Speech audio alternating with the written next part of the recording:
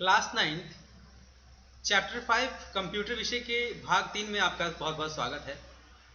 तो आज हम लोग देखने वाले हैं कि कैसे किसी डेसिमल नंबर को बाइनरी में चेंज करते हैं। ध्यान से सुनिएगा, कैसे डेसिमल नंबर को बाइनरी में चेंज करते हैं। डेसिमल नंबर अर्थात वो 0, 1, 2, 3, 4, 5, 6, 7, 8 और 9 इन अंकों या इन अंकों से मिलकर बनी किसी संख्या के रूप में दी गई होगी। अर्थात अगर मैं एग्जांपल लूं तो 45। ओके, तो ये आपके क्या है, डेसिमल रिप्रेजेंटेशन, कि कैसे किसी डेसिमल को दिखाते हैं, लिखते हैं, और इसको चेंज करना होगा बाइनरी में अर्थात 1 और 0 के रूप में। ओके, तो शुरू करते हैं। तो अभी के लिए इसको हम लोग स्किप करते हैं और देखते हैं किसी छोटे एग्जाम्पल के साथ। सपोज कि मेरे पास 4 क्या है। पहले तो ये पहचानिए कि ये वास्तव में डेसिमल है या नहीं। तो 4 इन सारे अंकों में आता है, अर्थात ये क्या है, डेसिमल है। तो इसको हम चेंज करते हैं बाइनरी में।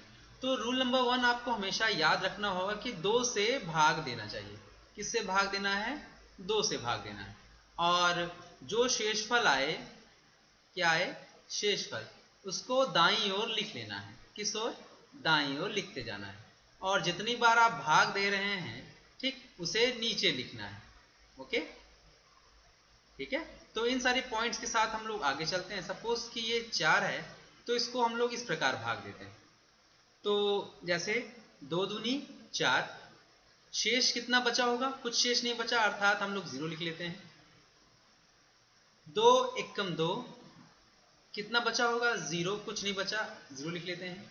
और पुनः हम लोग 2 से भाग देने की अगर कोशिश करें तो संभव है? बिल्कुल संभव नहीं।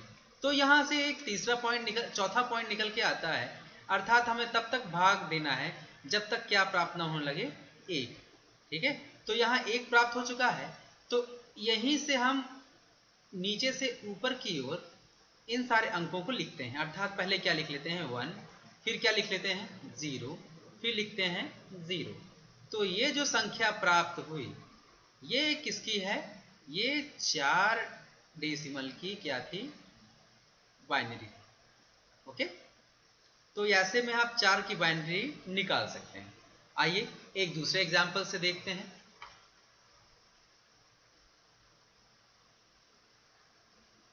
सपोज मेरे पास है 12 और इस 12 को हमें बदलना है किसमें? बाइनरी में। तो पुनः वही प्रक्रिया, हम लोग 2 से भाग देंगे। एक चीज आप याद रखिएगा, जब भी हमें डेसिमल को बाइनरी में बदलना होगा तो 2 से भाग देते हैं। तो 2 6 बार जाएगा, शेष कितना बचेगा? 0। फिर 2 3 बार जाएगा, शेष कितना बचेगा? 0। अब हम 2 से फिर से भाग देते हैं। 2 1 बार जाएगा और शेष कितना बचेगा? 1। क्या हम दोबारा भाग दे सकते हैं? बिल्कुल संभव ही नहीं है। यहां पर 1 आ चुका है। ओके, और जब 1 आ जाए तो उसी समय हमें रुक जाना चाहिए और नीचे से होते हुए इन सारी संख्याओं को उल्टे क्रम में लिख लेना चाहिए। अर्थात ये लिखा जाएगा, पहले क्या है? 1, फिर क्या है? यह वाला 1, फिर 0 और फिर 0। तो इसको ऐसे लिख लेते हैं, जिससे कि हमें क्या प्राप्त हो जाती है? बाइनरी। ओके, तो आई होप कि आप यहां से सीख चुके होंगे। एक बार पुनः एक अन्य सवाल के साथ। सपोज कि मेरे पास एक संख्या है 17। ठीक, तो इस 17 को, अगर 17 डेसिमल को अगर हमें बाइनरी में रिप्रेजेंट करना होगा तो कैसे रिप्रेजेंट करेंगे? पुनः 17 को भाग देते हैं किससे? 2 8 16, शेष कितना बचा होगा? 1। फिर 2 से भाग देते हैं तो 2 चौके 8, शेष कितना बचा? 0। और फिर 2 से भाग देते हैं, 2 दूनी 4, शेष कितना बचा होगा? 0। फिर 2 से भाग देते हैं तो 2 एकम 2, बचा कितना शेष? 0। क्या दोबारा भाग देना संभव है? बिल्कुल हम दोबारा भाग नहीं दे सकते। तो इसी को हम क्या करते हैं? उल्टे क्रम में नोट कर लेते हैं। तो पहले क्या लिखेंगे 1, फिर क्या लिखेंगे 0, फिर क्या लिखेंगे 0 और फिर 0 और पुनः 1। तो ये हमें क्या प्राप्त हुआ, बाइनरी की संख्या की 17 की। ओके, तो इस प्रकार से हम किसी भी डेसिमल संख्या की बाइनरी को ज्ञात कर सकते हैं। ओके, तो एक क्वेश्चन यह आता है कि अगर बड़े बड़े सवाल हम लोग इस प्रकार लगाएं, डेसिमल से बाइनरी में बदलें, तो क्या कोई ऐसा भी तरीका है कि हम अपने सवाल को चेक कर सकें कि ये वास्तव में सही है या नहीं? तो सवाल को चेक करने का मेथड मैं आपको बता रहा हूं। ये मेथड केवल आपको बताने के लिए, या आप कह सकते हैं कि आंसर चेक करने के लिए। इस प्रकार से आप सवाल नहीं लगाएंगे। ओके, ये केवल शॉर्टकट है किसी भी डेसिमल को बाइनरी में कन्वर्ट करने का। तो ये याद रखिए कि पहले 1 से शुरुआत होती है, 1 का दूना 2 होता है, 2 का दूना 4 होता है, 4 का दूना कितना होता है 8। बातों को ध्यान से सुनिएगा। जब भी किसी डेसिमल संख्या की बाइनरी निकालनी होती है तो पहले देखते हैं कि अंक कौन सा है। सपोज हमारे पास अंक हैं 1 और 7, जो कि मिलके कितना बनाते हैं 17। तो इस 17 संख्या इन सारे अंकों को जोड़ने से प्राप्त हो सकती है।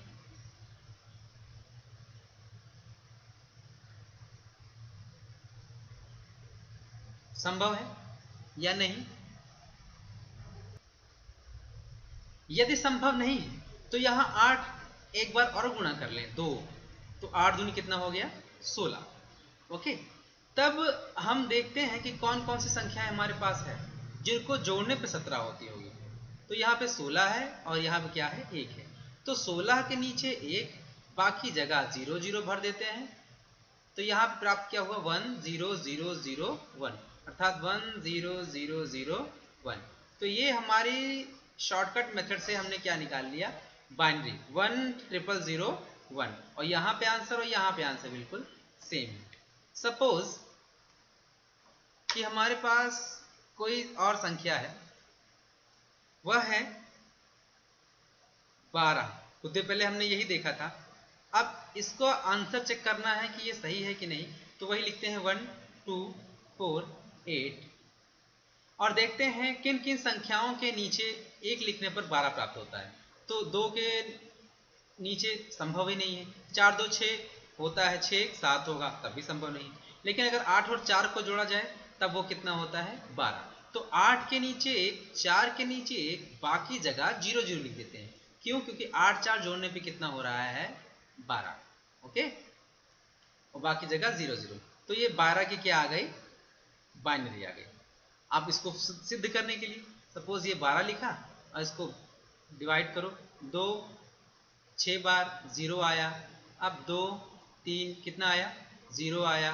अब आगे फिर ले जाओगे तो ये आएगा 2 1 आएगा, यहाँ पे शेष कितना बचेगा 1। इसी को उल्टे क्रम में हम लोग लिख लेंगे। तो आया कितना 1 1 0 0। अर्थात हमारे द्वारा ये सही मेथड से जो निकाला गया है और ये शॉर्टकट मेथड से जो निकाला गया है, दोनों आंसर बिल्कुल मैच खाते हैं। तो ये आपके आंसर चेकिंग करने के लिए मैंने आपको बताया। आई होप कि आप लोग सीख चुके होंगे। आज के लिए इतना ही। बहुत बहुत धन्यवाद।